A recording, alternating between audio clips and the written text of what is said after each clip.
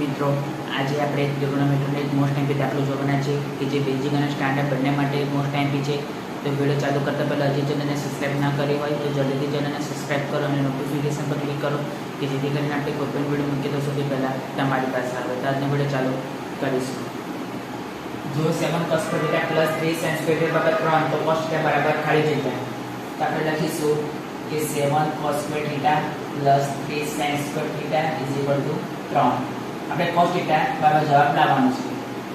તો માટે 7 cos θ એટલે 7 એટલે 4 + 3 7 થાય, રાઈટ? તો આપણે લખીશું કે 4 cos θ plus 3 cos θ plus 3 sin θ બરાબર 3. તો માટે 4 cos θ. આ બંનેમાંથી કોમન શું નીકળે છે? 3 કોમન નીકળે છે. તો કૌંસમાં લખીશું કે cos θ વત્તા sin θ બરાબર 3. તો માટે 4 cos θ પ્લસ 3 તો cos θ વત્તા sin θ શું થાય? 1 થાય બરાબર 3.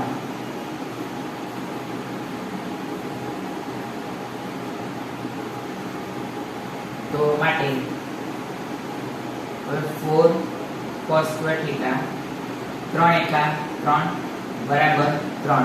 આ 3 પ્લસમાંથી તો કઈ જશે? માઈનસમાં.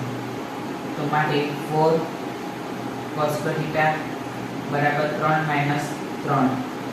તો માટે 4 cos θ બરાબર 0.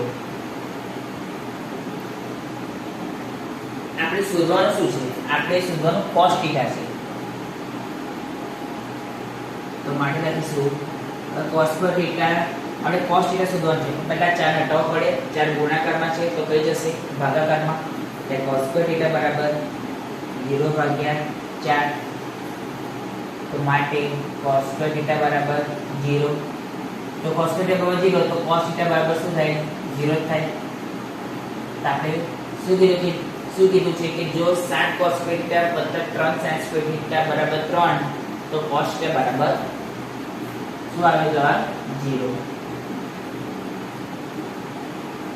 જોઈ લો, કાઢો ઉતારી લો.